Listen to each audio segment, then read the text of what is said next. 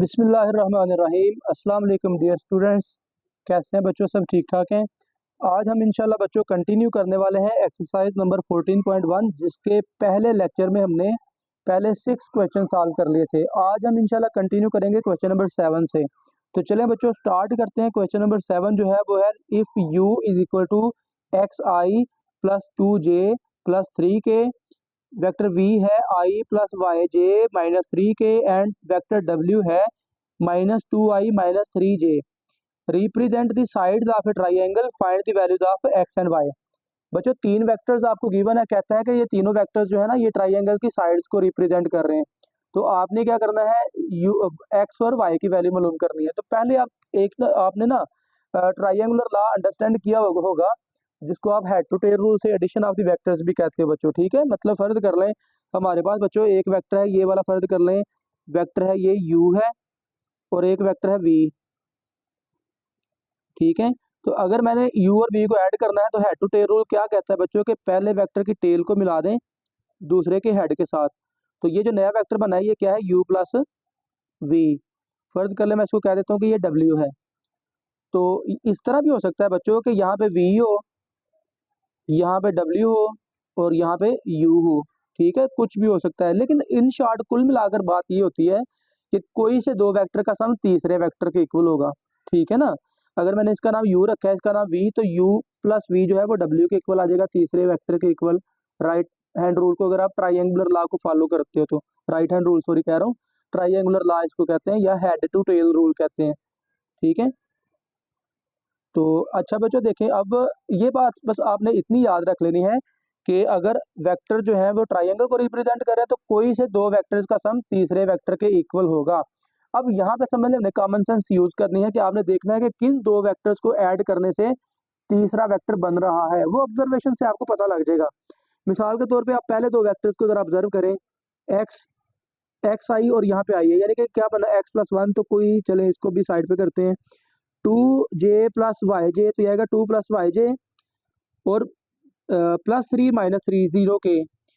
तो अब जरा गौर करें ना, मैं अगर पहले और दूसरे वेक्टर को देखूं तो के कंपोनेंट पे जरा गौर करें, 3k माइनस 3k 0k हो जाएगा। और देखें w में 0k तो है ही नहीं है, w में मतलब k कंपोनेंट नहीं है, तो इसका मतलब आइडिया यहाँ पे क्या है, u प्लस v जो है वो w के इक्वल है।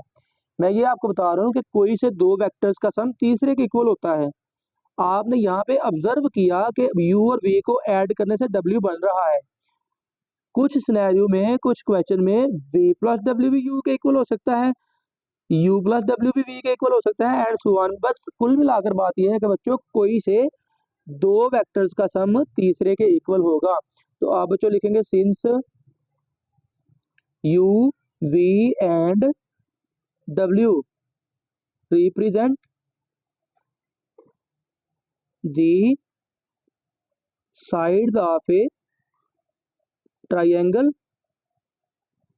देयरफॉर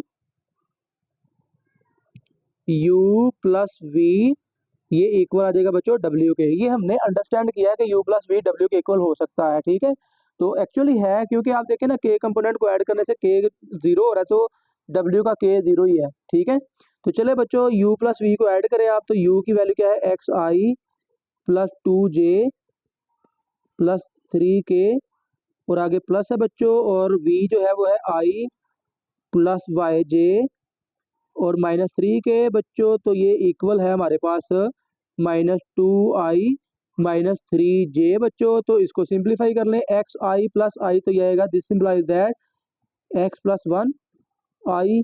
ठीक है, 2j प्लस वाई, तो ये बच्चों आएगा 2 प्लस वाई इंटू जे, और फिर बच्चों प्लस 3k माइनस k, तो ये आएगा 0k। तो इसको मैं नहीं लिख रहा, ये समझ लें कि यहाँ पे कैंसिल मैंने इसको कर दिया, that is equal to minus 2i minus 3j। अब बच्चों यहाँ पे सिनेरियो कुछ ऐसा है कि दो वेक्टर्स हैं इक्वल, तो हमने वेक्टर इक्वल वेक्टर्स की क्या डेफिनेशन पढ़ी थी लास्ट लेक्चर में। लास्ट लेक्चर भी लाजमी बच्चों देख लीजिएगा, मैंने लिंक उसका डिस्क्रिप्शन में दिया हुआ है। तो बच्चों देखें, दो वेक्टर्स इक्वल हो तो उनके कंपोनेंट्स भी इक्वल होते हैं, यानी कि लेफ्ट साइड वाले वेक्टर का आई कंपोनेंट इधर के आई के कोफिशिएंट के इक्वल होगा। दिस इंप्लाइज दैट बच्चों आप लिखेंगे x plus 1 is equal to minus 2 and 2 plus y is equal to -3 बच्चों। सो दिस इम्प्लाइज दैट ये आएगा x is equal to -2 -1 implies that x is equal to -3। And बच्चों यहाँ पे क्या होगा, this implies that y is equal to -3 -2, तो y की वैल्यू क्या आ गई बच्चों -5। तो ये बच्चों x की वैल्यू क्या आ गई हमारे पास -3 और y की वैल्यू क्या आ गई -5। तो बच्चों ये हमने सॉल्व कर लिया क्वेश्चन नंबर 7। नेक्स्ट हम करते हैं क्वेश्चन नंबर 8। क्वेश्चन नंबर 8 है बच्चों, the position vectors of the points a b c and d are u is equal to i plus 2j plus k, v is equal to 7i plus 8j plus 4k, w is equal to -i plus k and z is equal to i plus 2j plus 2k respectively. Show that A B is parallel to C D.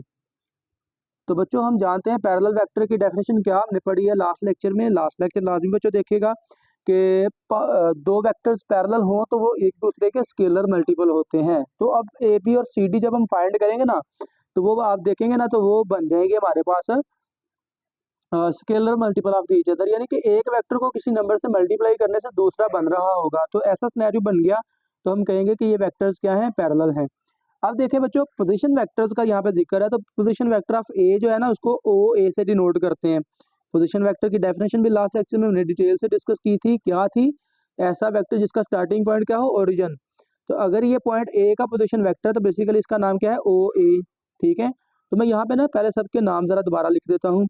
लिखता हूँ बच्चों position vector P V, position vector की मैंने short form लिखी है of A is equal to, वो क्या है बच्चों गिवन आपको है u is equal to i plus 2j plus k, और इसको बच्चों ये इक्वल किसके होता है, ये ओ ए के इक्वल होता है। ठीक है, उसके बाद बच्चों position vector of point B जो कि v के इक्वल है यहाँ पे, और v की वैल्यू क्या गिवन है बच्चों आपको 7i plus 8j plus 4k, और बच्चों इसको आप ओ बी से डिनोट करेंगे।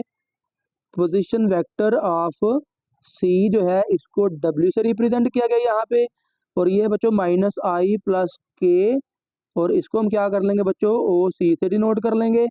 एंड बच्चों finally position vector of D जो है ये इसको आपने z से रिप्रेजेंट किया हुआ है, तो ये इक्वल आ जाएगा किसके है, ये इक्वल z जो है वो है i plus 2j plus 2k, और ये बच्चों ओ डी के इक्वल होगा। ओके हो गया बच्चों।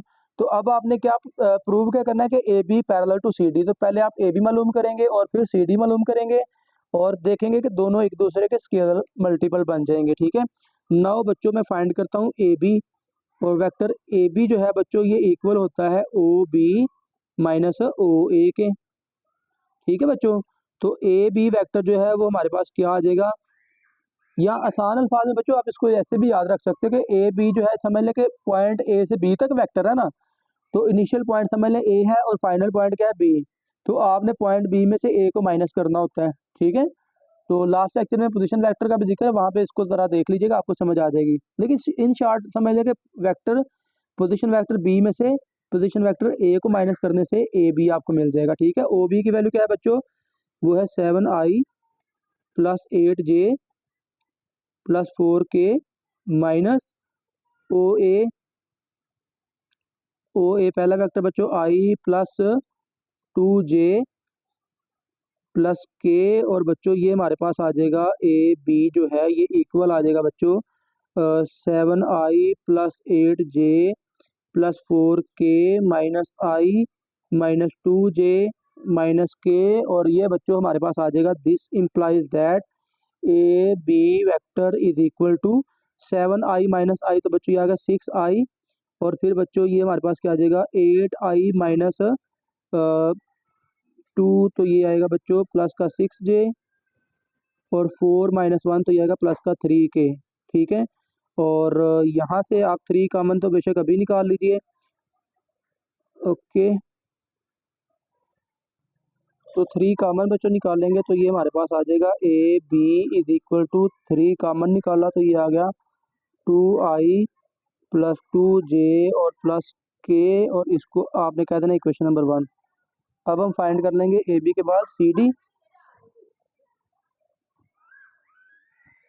Now C D is equal to बच्चों क्या होगा, ये ओ डी माइनस ओ सी।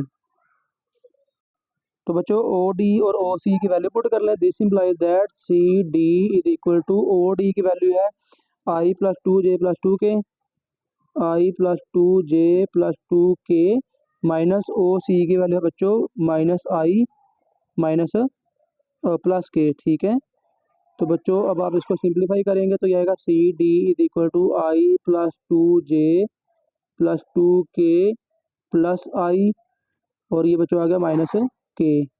ठीक है, तो this implies that C D की वैल्यू हमारे पास आ गई आई प्लस आई, तो ये आ गया टू आई और प्लस टू जे, और ये आ गया बच्चों प्लस के। ठीक है, अब ज़रा अगर आप इसको वन देखें ना, वन में गौर करें तो वन में जो कॉमन निकालने के बाद ब्रैकेट में सी डी की वैल्यू आई है। ठीक है, ज़रा गौर करें ब्रैकेट में क्या लिखा हुआ है, two i plus two j plus k. तो ये देखें यहाँ पे क्या आ गया, two i plus two j plus two k. तो अगर मैं इसको थ्री से मल्टीप्लाई कर दूँ, this implies that three C D is equal to three into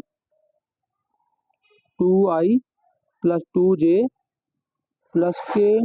तो ये बच्चों हमारे पास क्या बन जाएगा, three C D is equal to, ये किसकी वैल्यू है बच्चों, ये तो वैल्यू है ए बी की। ठीक है, तो ए बी हमारे पास इक्वल आ गया थ्री सी डी के। ठीक है, मैंने क्या किया, यूज़ किया इक्वेशन वन को। ठीक है, तो आप लिख लेंगे यहाँ पे hence A B is parallel to C D. ठीक है, तो बस इतना सारा काम था कि ए बी, और देखें scalar multiple of C D बन गया ना, सी डी को थ्री से मल्टीप्लाई करने से ए बी बन रहा है। ठीक है, तो ये बच्चों हमारे पास वेक्टर्स क्या हो गए, पैरेलल। तो ये है क्वेश्चन नंबर बच्चों 8। नेक्स्ट हम करते हैं क्वेश्चन नंबर 9। तो बच्चों क्वेश्चन नंबर 9 है, इसमें एक ज़रा स्टेटमेंट लिखिए, पहले वो स्टेटमेंट पढ़ लेते हैं।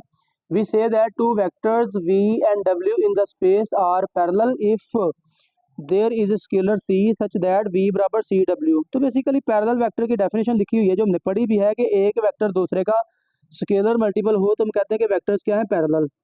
The vectors point in the same direction if c is positive and vectors point in the same direction if c is negative।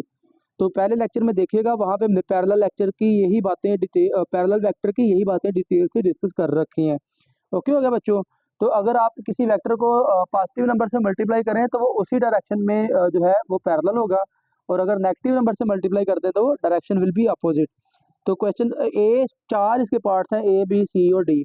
Part A और पार्ट सी जो है वो सेम है। मैं पहले ए और उसके बाद सी करूंगा, फिर जो है बच्चों बी और डी वो एक जैसे हैं तो फिर बी और डी इकट्ठे कर लेंगे। ठीक है, find two vectors of length two parallel to the vector v. ऐसा क्वेश्चन हमने पिछली एक्सरसाइज में भी किया था, पिछले लेक्चर में भी किया था। जिस भी लेंथ के आपने वेक्टर फाइंड करने होते हैं, क्या करना होता है आपने, आप यूनिट वेक्टर फाइंड करें और उस यूनिट वेक्टर को उस नंबर से मल्टीप्लाई कर दें। तो यहाँ पे बच्चों आपने क्या करना है, ये वेक्टर वी आपको गिवन है, कहता है कि आप इस वेक्टर के पैरेलल वो वेक्टर फाइंड करेंगे जिनकी मैग्नीट्यूड क्या हो बच्चों, टू हो, और डायरेक्शन, बल्कि दो वेक्टर्स आपने बच्चों फाइंड करने हैं। ठीक है, तो चले बच्चों पहले आप इसकी मैग्नीट्यूड फाइंड कर लें। तो वो क्या आएगी, स्क्वायर रूट टू का स्क्वायर माइनस फोर का स्क्वायर प्लस फोर का स्क्वायर और स्क्वायर रूट बच्चों। तो बच्चों ये मेरे पास क्या आ जाएगा, वेक्टर v की magnitude is equal to 4 plus 16 plus 16। तो ये आ गया v 20 और 30 36 हो गया ये। तो मैग्नीट्यूड तो बच्चों आ गए 6। ठीक है, अब हम क्या करेंगे, पहले v का यूनिट वेक्टर फाइंड करेंगे। Now unit vector v hat से इसको डिनोट करेंगे, और ये किसके इक्वल होता है, vector v divided by v vector की मैग्नीट्यूड बच्चों। तो वेक्टर v क्या है बच्चों, वो है 2i minus 4j plus 4k और डिवाइडेड बाय 6 बच्चों। आप इसको 6 पे डिवाइड कर लेंगे तो हमारे पास बच्चों v कैप जो है वो आ जाएगा 2/6i प्लस माइनस में आएगा ये माइनस 4/6j और प्लस 4/6k। तो बच्चों ये फिर आप इसको अलग-अलग डिवाइड कर लिया आपने, अब इसको कैंसलेशन कर लें, ये 2 से के टेबल में आ रहे हैं। This implies that vector v is equal to क्या आएगा, 1/3i minus 2/3j plus 2/3k। Okay हो गया बच्चों। तो ये अभी हमने फाइंड किया है यूनिट वेक्टर। हमने वो वेक्टर फाइंड करना है जिसकी मैग्नीट्यूड क्या हो, 2 हो, ठीक है। और 2 वेक्टर्स फाइंड करने हैं 2 लेंथ वाले। चलें वो भी बताता हूँ आपको कैसे 2 फाइंड करेंगे। तो आप बेटा लिखेंगे द वेक्टर्स ऑफ 2 वेक्टर्स। मैं यहाँ पे लिखता हूँ 2 वेक्टर्स, 2 वेक्टर्स ऑफ लेंथ 2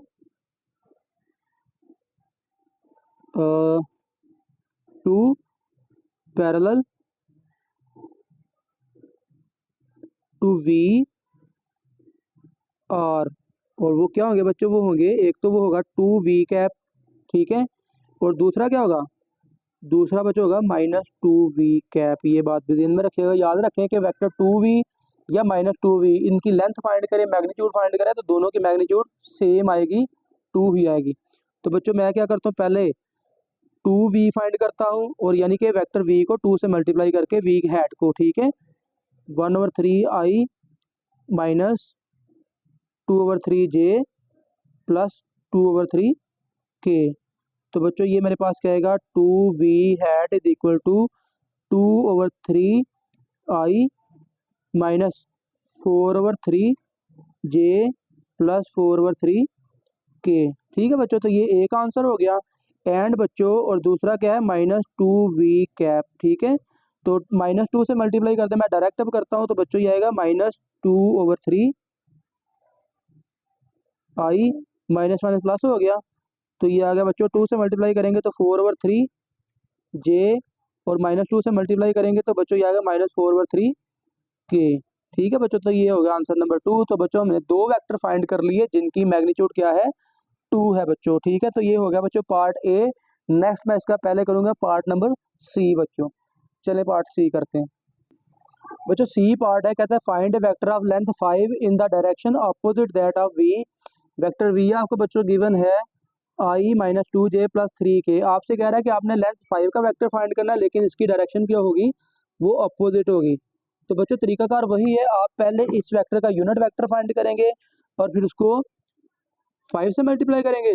तो नहीं बच्चों, -5 से मल्टीप्लाई करेंगे, क्योंकि डायरेक्शन क्या है, अपोजिट है। ठीक है बच्चों, तो आपके पास आएगा v is equal to i -2j plus 3k। तो बच्चों पहले आप इसकी क्या कर लें, मैग्नीट्यूड फाइंड कर लें, और वो बच्चों आएगी स्क्वायर रूट ऑफ 1 का स्क्वायर प्लस -2 का स्क्वायर प्लस 3 का स्क्वायर। और ये बच्चों हमारे पास क्या आ जाएगा, दिस इम्प्लाइज दैट, ये आ गया वेक्टर v की magnitude is equal to 1 plus 4 plus 9, तो ये आएगा 10 प्लस 4 स्क्वायर रूट 14।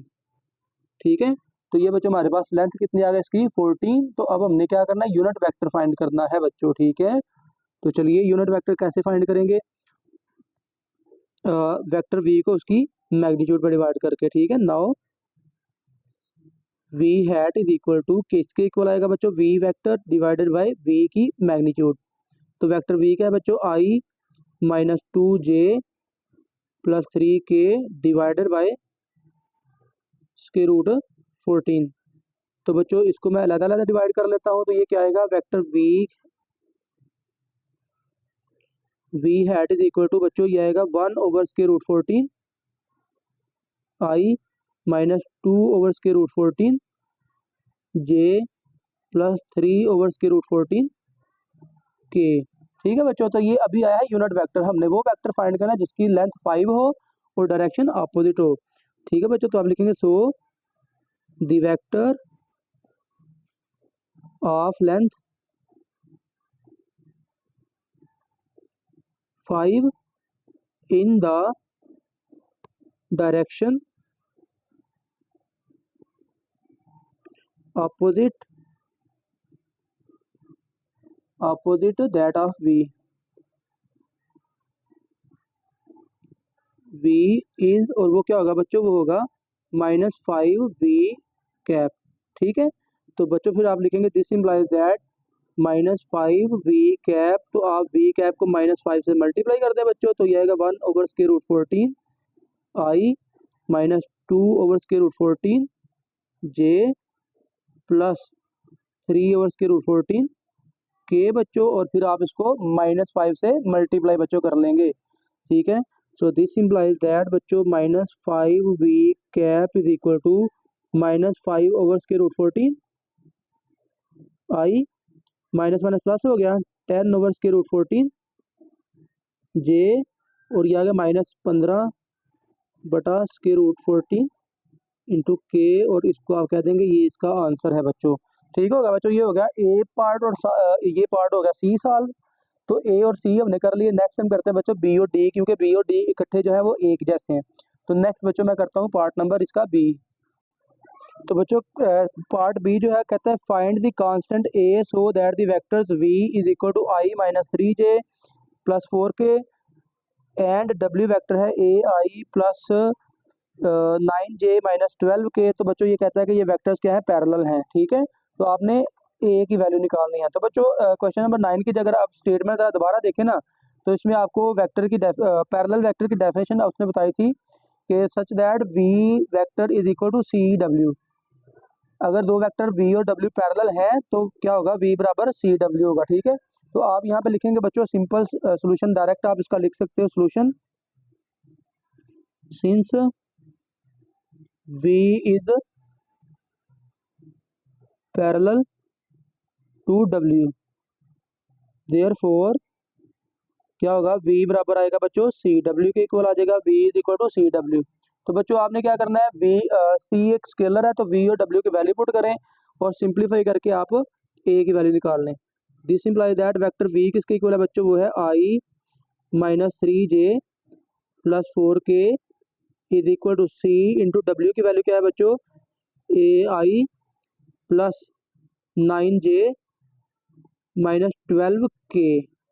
तो बच्चों ये हमारे पास कुछ यूँ आ जाएगा i minus 3j plus 4k is equal to C A I plus 9c j minus 12c के। ठीक है, अब बच्चों देखें ना, दो वेक्टर्स हैं इक्वल तो इनके करस्पॉन्डिंग कंपोनेंट्स भी इक्वल होंगे ना।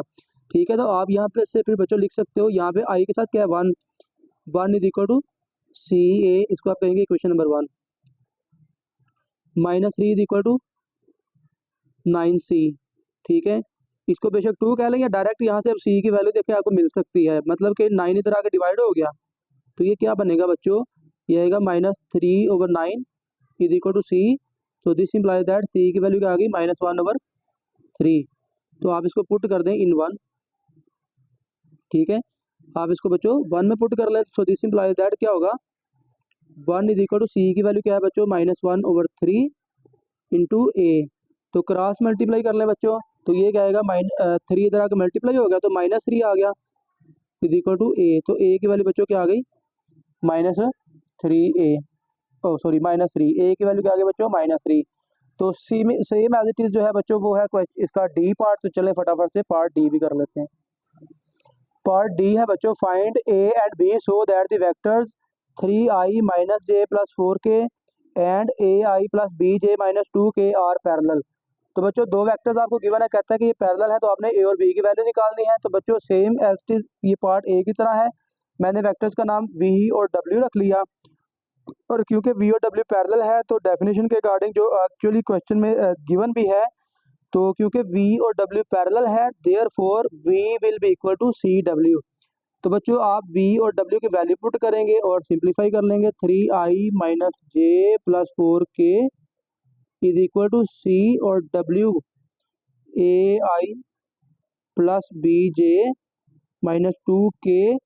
तो ये बच्चों हमारे पास आ जाएगा 3i minus J plus 4k is equal to C A I plus C B J minus 2c K. अब बच्चों यहाँ पे भी वही सिनेरियो है, क्योंकि दो वेक्टर्स इक्वल हैं तो इनके करस्पॉन्डिंग कंपोनेंट्स भी क्या होंगे, इक्वल होंगे, यानी कि 3 इक्वल आ जाएगा सी ए के, इक्वेशन 1 कह लें, कमा -1 इक्वल आ जाएगा सी बी के 2 कह लें। एंड बच्चों और तीसरे नंबर पे क्या है 4 इज इक्वल टू -2c। ठीक है ना बच्चों, तो अब यहाँ से देखिए, यहाँ से तो आपको c की वैल्यू क्या मिल जाएगी, -2 इधर आकर डिवाइड हो गया तो c की वैल्यू क्या आ गई -2। सी की वैल्यू आ गई -2, तो बच्चों आप इसको वन और टू में पुट कर देंगे, 1 एंड 2। तो चलिए बच्चों, दिस इंप्लाइज दैट ये आ जाएगा 3 इज इक्वल टू सी की वैल्यू क्या है -2 इंटू ए। तो ये बच्चों ए की वैल्यू क्या आएगी, this implies that -3/2 is equal to A. तो ए की वैल्यू क्या आ गई बच्चों, 3/2 माइनस में, ठीक है। और सिमिलरली यहाँ पे क्या होगा बच्चों, -1 इज इक्वल टू सी की वैल्यू क्या है बच्चों, -2 इंटू बी। तो बच्चों ये हमारे पास आ जाएगा -1/-2 इज इक्वल टू बी। तो बी की वैल्यू आ गई 1/2, ठीक है बच्चों। तो ए की वैल्यू आ गई बच्चों हमारे पास -3/2 और बी की वैल्यू आ गई 1/2, ठीक है बच्चों। तो यही हमारा क्वेश्चन था, क्वेश्चन कंप्लीट हो गया। अब ये है क्वेश्चन नंबर 9। अब नेक्स्ट बच्चों हम करते हैं क्वेश्चन नंबर 10। तो बच्चों क्वेश्चन नंबर 10 जो है वो कहता है a spacecraft moves from point 120, 240, -50 to point 130, 210, 80 in kilometers. कहता है एक स्पेस क्राफ्ट जो है ये इस पॉइंट से इस पॉइंट तक मूव करता है किलोमीटर्स में। What is the magnitude of displacement vector in kilometre. बच्चों आपको दो पॉइंट्स गिवन है, कहता है कि आपने डिस्प्लेसमेंट वेक्टर की मैग्नीट्यूड फाइंड करनी है। तो पहले तो आप डिस्प्लेसमेंट वेक्टर फाइंड कर लें डी, ठीक है। मैंने दोनों पॉइंट्स में के नाम रख लिए ए और बी। तो बच्चों ए बी जो है ये ए से बी तक जो डिस्टेंस है वो आपने पहले मालूम करना है डिस्प्लेसमेंट वेक्टर, और फिर आपने क्या करना है उसकी मैग्नीट्यूड फाइंड कर लेनी है, ठीक है बच्चों। तो आप लिखेंगे नाउ डिस्प्लेसमेंट वेक्टर को डी से डिनोट कर लें, और ये किसके इक्वल है बच्चों, वेक्टर ए बी के इक्वल, पॉइंट ए से बी तक। तो ए बी आप कैसे फाइंड करेंगे बच्चों, पॉइंट बी के कंपोनेंट्स में से ए के माइनस करेंगे और साथ में आई जे के लगा देंगे। तो बी माइनस ए यानी कि पहले पॉइंट में से पहला पॉइंट 103 माइनस 120 कामा और आई लग जाएगा बच्चों, फिर 210 माइनस 240 जे और फिर प्लस ये 80 माइनस -50, तो ये प्लस का 50 हो गया, और साथ में यहाँ पे आ गया इसके साथ के। सो दिस इम्प्लाइज दैट बच्चों वेक्टर डी जो है ये हमारे पास क्या आ जाएगा, 130 माइनस 120, तो ये आ जाएगा 10 आई, ठीक है। और फिर ये बच्चों आ गया 210 माइनस 240, तो ये सिर्फ 30 आ जाएगा, प्लस माइनस का 30 आ जाएगा, -30 जे और फिर आ जाएगा 8 और 130 के प्लस 130 के। तो ये बच्चों अभी हमने फाइंड किया है डिस्प्लेसमेंट वेक्टर। अब हमने क्या करनी है, इसकी मैग्नीट्यूड फाइंड करनी है जो रिक्वायर्ड हमें, ठीक है। So this implies that d is equal to, ये बच्चों आ गया डी की मैग्नीट्यूड, सॉरी ये बच्चों आएगी 10 का स्क्वायर प्लस -30 का स्क्वायर प्लस 130 का स्क्वायर बच्चों, और ये हमारे पास किसके इक्वल आ जाएगा, ये आ जाएगा this implies that distance D की मैग्नीट्यूड इज इक्वल टू, ये आएगा 100 और 30 का स्क्वायर लेंगे तो वो आएगा 900 आई थिंक। चलें कंफर्म कर लेते हैं, 900 ही आना है, ओ सॉरी 8100 प्लस 8100, ठीक है। और फिर प्लस 130 का स्क्वायर बच्चों लेंगे तो ये आएगा 130 का स्क्वायर इज इक्वल टू 16900, ठीक है बच्चों। तो ये है square root of this term. अब बच्चों इनको सम अप कर लीजिए, 16900 प्लस 8100 प्लस 100, तो ये बच्चों आ गया ये गड़बड़ मुझे लगता है हुई है, 30 का स्क्वायर 300 ही बच्चों आना है। मैंने क्या गड़बड़ की थी, मैं चेक कर लूँ मैंने क्या स्क्वायर फाइंड किया। मैंने गलती से 90 का स्क्वायर फाइंड कर लिया था, 8100 जो लिख दिया है बच्चों। ये 30 का स्क्वायर जो है ये 900 ही आएगा, ठीक है। ये 900 आना बच्चों, ठीक है। तो चले मैं दोबारा इनको ऐड करता हूँ, 16900 प्लस 900 प्लस 100, तो ये बच्चों हमारे पास आ जाएगा डी डिस्प्लेसमेंट का जो मैग्नीट्यूड है वो इक्वल आ जाएगा स्क्वायर रूट ऑफ 170 900। तो इसका हम स्क्वायर रूट फाइंड करते हैं, square root answer is equal to, ये बच्चों आ जाएगा हमारे पास 10 स्क्वायर रूट 179, या यूँ से मैंने पता है क्या किया गया है, इसको लिखा गया है 100 × 179। तो 100 का जिधर लेंगे वो 10 आ जाएगा, तो 10 बाहर आ गया, ठीक है। तो क्योंकि डिस्प्लेसमेंट जो है वो किलोमीटर्स में उसने कहा हुआ, तो हम यहाँ पे km लिख लेंगे बच्चों। तो ये हमारे पास इसका आंसर आ गया, ठीक है, किलोमीटर ये आंसर है बच्चों, ठीक है। तो ये बच्चों होगा हमारा क्वेश्चन नंबर 10। नेक्स्ट दो क्वेश्चन रह गए, फटाफट से वो भी कर लेते हैं। क्वेश्चन नंबर 11 करते हैं अब। नेक्स्ट बच्चों क्वेश्चन नंबर 11 है, कहता है find the direction cosines for the given vectors. बच्चों आपको कुछ वेक्टर्स गिवन है, कहता है इनके डायरेक्शन को साइंस आपने फाइंड करने हैं। तो बच्चों लास्ट लेक्चर में हमने क्वेश्चन नंबर 2 सॉल्व किया था, तो ये एग्जैक्टली वही क्वेश्चन है, ठीक है। डायरेक्शन को साइन क्या थे, cos अल्फा बराबर था x ओवर r यानी कि मैग्नीट्यूड, cos बीटा था y ओवर r, r का मतलब मैग्नीट्यूड है यहाँ पे, ठीक है। और cos गैमा क्या था बच्चों, वो था z ओवर r के इक्वल, ठीक है। तो यहाँ पे भी हम एक्चुअली वही काम करना है। पहले आपने क्या करना है, गिवन वेक्टर की मैग्नीट्यूड फाइंड करनी है और फिर आपने cos अल्फा, cos बीटा और cos गैमा मालूम कर लेना है। तो उसको मैंने वहाँ उससे रिलेटेड एक प्रूफ भी किया हुआ है लास्ट लेक्चर में, तो लास्ट लेक्चर लाजमी देखिएगा, इसका पहला लेक्चर जिसका क्वेश्चन नंबर 2 हमने सॉल्व किया है, तो उसको लाजमी देखिएगा बच्चों। पहले मैं वेक्टर u की मैग्नीट्यूड बच्चों फाइंड करूंगा, तो ये क्या आएगा, स्क्वायर रूट ऑफ -6 का स्क्वायर प्लस 3 का स्क्वायर प्लस 2 का स्क्वायर। तो ये बच्चों हमारे पास आ गया वेक्टर u की magnitude is equal to 36 plus 3 का स्क्वायर 9 प्लस 2 का स्क्वायर 4। तो ये बच्चों आ गया 36 और 4 40 और 9 49 हो गया 49, और ये तो आ जाएगा बच्चों 7, ठीक है। मैग्नीट्यूड कितनी आ गई, 7। तो आप बच्चों लिखेंगे सो दी डायरेक्शन कोसाइंस क्या होंगे, डायरेक्शन कोसाइंस और वो क्या थे बच्चों, cos alpha is equal to x over are.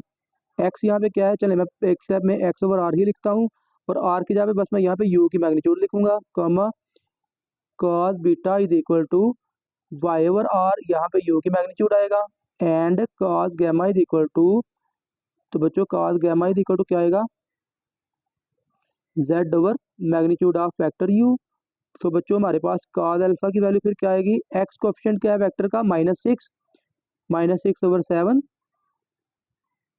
cos beta is equal to 3 over 7, and cos gamma is equal to z component क्या है 2, तो ये आएगा 2 ओवर 7। तो ये बच्चों इसके आंसर हैं बच्चों, ये है डायरेक्शन को साइंस। ये हो गया बच्चों पहला पार्ट। नेक्स्ट हम इसका सेकंड पार्ट करते हैं, और बच्चों इसका जो सेकंड पार्ट है वो है हमारे पास बच्चों, वो है v is equal to 4i plus 2j minus 5k। इसका बच्चों हमने क्या करना है, डायरेक्शन को साइंस ही फाइंड करने हैं। तो पहले आप इसकी क्या करेंगे, मैग्नीट्यूड बच्चों फाइंड कर लेंगे, ठीक है। वेक्टर v की मैग्नीट्यूड क्या आएगी, तो बच्चों वेक्टर v की मैग्नीट्यूड आ जाएगी square root of 4 square plus 2 square plus -5 का स्क्वायर, ठीक है। तो बच्चों ये आ जाएगा हमारे पास, this implies that vector v की magnitude is equal to square root of 16 plus 4 plus 25, ठीक है। तो 16 प्लस 4 हो गया 20, 20 40 45 हो गया, ये आ गया स्क्वायर रूट 45, ठीक है।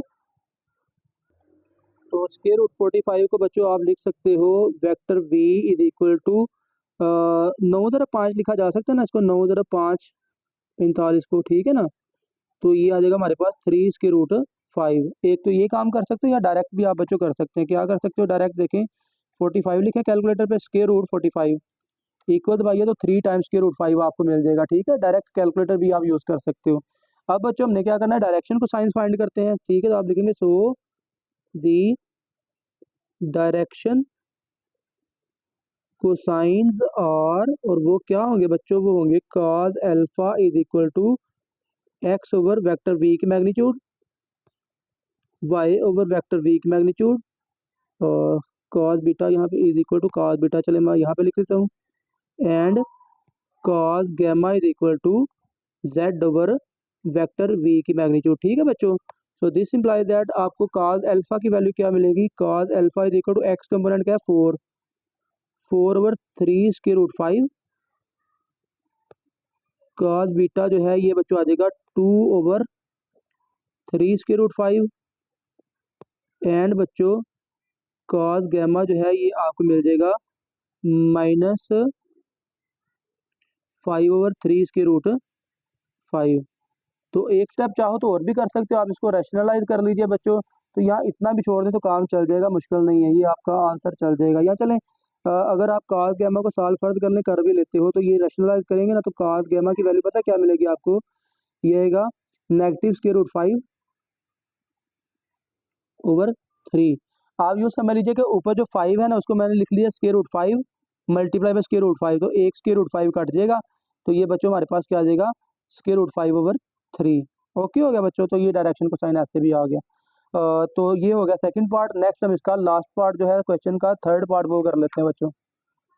और जो इसका तीसरा पार्ट है वो है p q, where point p and q are given. P है 9, 3, 13 और क्यू है बच्चों 11, 6, 19। तो बच्चों आपको ये तीन पॉइंट्स गिवन है, लेकिन आपसे कह रहा है कि डायरेक्शन को साइन आपने वेक्टर पी क्यू के फाइंड करना है। तो पहले आपने वेक्टर पी क्यू फाइंड करना है। तो चलें बच्चों पहले वेक्टर पी क्यू फाइंड कर लेते हैं।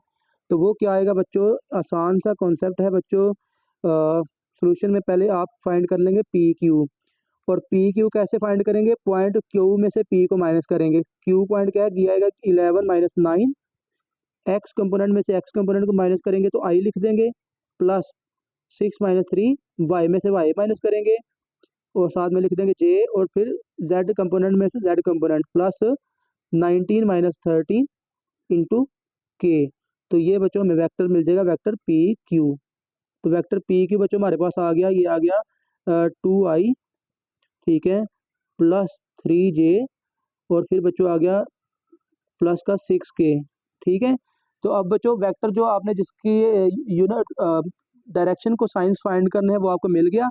अब आप क्या करें, इसकी मैग्नीट्यूड फाइंड कर लें, वेक्टर पी क्यू की मैग्नीट्यूड बच्चों। तो ये किसके इक्वल आएगी, स्क्वायर रूट ऑफ 2 का स्क्वायर प्लस 3 का स्क्वायर प्लस 6 का स्क्वायर बच्चों। तो ये हमारे पास आ जाएगा magnitude of vector p q is equal to square root of 4 plus 9 plus 36, 36, 40 और ये 49 ही आ गया, स्क्वायर रूट 49।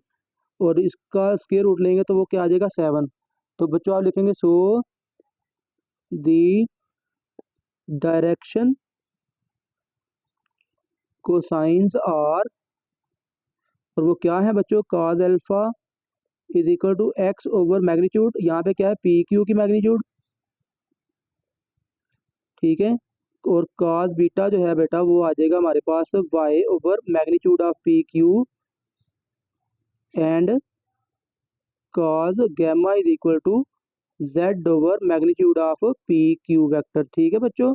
तो अब बस आपने वैल्यूज पुट करनी है तो आपको डायरेक्शन को साइंस मिल जाएंगे। तो काज अल्फा की वैल्यू आ जाएगी आपके पास, एक्स कंपोनेंट क्या है पी क्यू का बच्चों 2, तो ये आएगा 2/7, ठीक है, comma cos beta is equal to y over p q, तो वाई की वैल्यू यहाँ पे क्या 3/7 एंड काज गैमा बच्चों आपको मिल जाएगा जेड ओवर मैग्नीट्यूड, तो ये आएगा 6/7। तो ये बच्चों इसका है आंसर, ठीक है। तो ये बच्चों हो गया हमारा 11 question complete. Next final question है क्वेश्चन नंबर 12, तो फटाफट से वो भी कर लेते हैं। क्वेश्चन नंबर 12 है बच्चों, which of the following triple can be the direction angles of a single vector. बच्चों डायरेक्शन एंगल्स क्या है, क्वेश्चन नंबर 2 में हमने एक प्रूव किया था जब हमने लास्ट लेक्चर में क्वेश्चन नंबर 2 सॉल्व किया था। उससे पहले मैं आपको ज़रा दोबारा दिखा देता हूँ बच्चों। इसमें हमने डायरेक्शन एंगल्स और डायरेक्शन कोसाइन के बारे में डिस्कस किया था। Angles alpha beta and gamma are called the direction angle of the vector, are the numbers cos alpha cos beta cos gamma are the called direction cosines of the vector. फिर हमने जो result prove किया था वो कुछ यूँ था, cos square alpha plus cos square beta plus cos square gamma is equal to 1। तो लास्ट लेक्चर बच्चों आपने लाजमी देख लेना है, ठीक है। सिंपल सी बात है, 3 एंगल्स आपको गिवन है तो आप उनके नाम अल्फा बीटा और गैमा रखेंगे, इस फार्मूले में पुट करेंगे। अगर ये 1 के इक्वल आंसर आ जाता है तो हम कहेंगे कि ये डायरेक्शन एंगल्स हैं, अदरवाइज डायरेक्शन एंगल नहीं होंगे ये, ठीक है। तो चलिए बच्चों स्टार्ट करते हैं। आपने बस क्या करना है, जो आपको एंगल्स गिवन है आपने इनको लेट कर लेना है। Alpha is equal to 45 degree, पहले एंगल का नाम अल्फा रख लिया, दूसरे एंगल का नाम बीटा रख लिया एंड बच्चों तीसरे एंगल का नाम गैमा रख लिया, ठीक है बच्चों। तो अब आपने क्या करना है, फार्मूले में बस वैल्यूज पुट करनी है, ठीक है। तो लिखिए now cos square alpha plus cos square beta plus cos square gamma is equal to cos square alpha की जगह पे क्या आएगा 45 degree plus cos square beta की जगह पे भी 45 degree plus cos square gamma की जगह पे आ जाएगा 60 डिग्री। तो बच्चों कैलकुलेटर यूज करेंगे, cos 45 डिग्री तो यह आएगा 1/√2 का स्क्वायर आ जाएगा, 1/√2 इसका भी स्क्वायर, और cos 60 जब आप फाइंड करेंगे तो 1/2 आएगा। कैलकुलेटर यूज कर लीजिएगा, ठीक है बच्चों, ओके। तो अब आप इसको बस सिंप्लीफाई कर लीजिए, तो यह आएगा 1/2, स्क्वायर रूट कैंसिल हो जाएगा, प्लस 1/2 प्लस 1/4। एलसीएम क्या आ गया बच्चों, 4 एलसीएम आ गया। तो 2 और यहाँ पे आएगा 2 प्लस यहाँ पे भी 2 आ गया और यहाँ पे 1, तो ये तो बच्चों आ गया 5/4, that is not equal to 1। ठीक है, नॉट इक्वल टू 1। तो बच्चों आप लिखेंगे so alpha beta and gamma और not the direction angles of a single vector. ठीक होगा बच्चों। तो अगले पार्ट भी बिल्कुल ऐसे ही हैं, चलें फटाफट से वो भी सॉल्व कर लेते हैं, सेकंड पार्ट करते हैं। और बच्चों दूसरा पार्ट है इसका, इसमें एंगल है 30 डिग्री, 45 डिग्री और 60 डिग्री। तो हमने इनके नाम रख लिए alpha beta and gamma.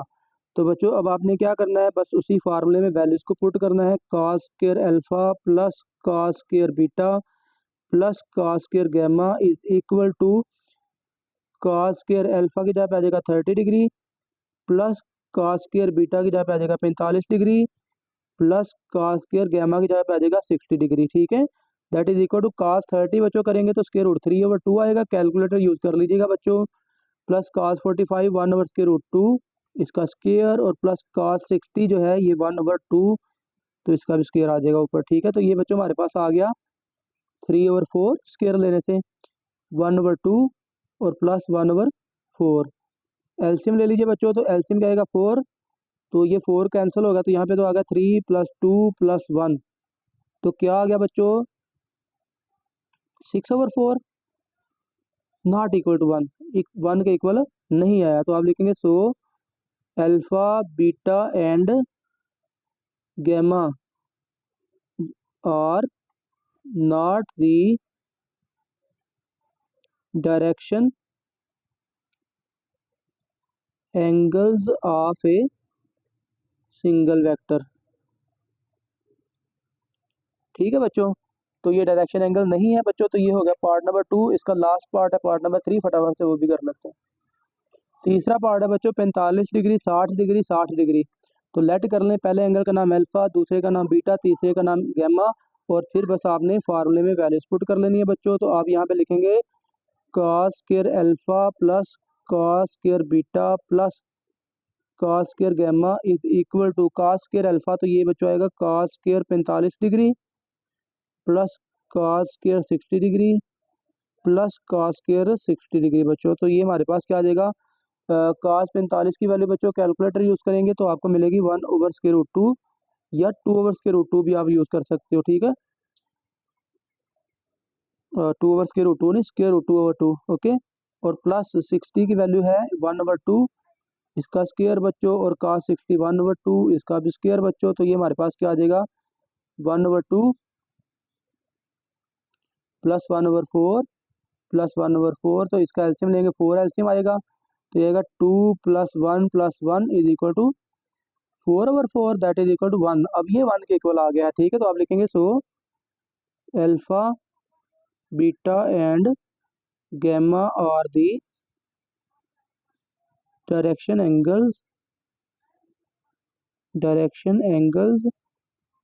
Of a single vector बच्चों। ठीक है, तो ये सिंगल वेक्टर के डायरेक्शन एंगल्स हैं बच्चों। ठीक है, जहाँ पे 1 के इक्वल नहीं आएगा बच्चों वहाँ पे क्या होगा, ये डायरेक्शन एंगल नहीं होंगे। जहाँ पे 1 के इक्वल आ गया बच्चों आंसर, तो ये डायरेक्शन एंगल होंगे, यस, ओके होगा बच्चों। तो ये हमारी बच्चों एक्सरसाइज 14.1 अल्हम्दुलिल्लाह कंप्लीट हो गई। नेक्स्ट लेक्चर में इंशाल्लाह हम स्टार्ट करेंगे एक्सरसाइज 14.2।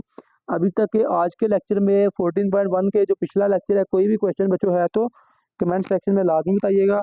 वीडियो को अपने दोस्तों के साथ आपने लाजमी शेयर कर देना है और चैनल को लाजमी सब्सक्राइब कीजिएगा। आप सबका बहुत शुक्रिया बच्चों, अल्लाह हाफिज़।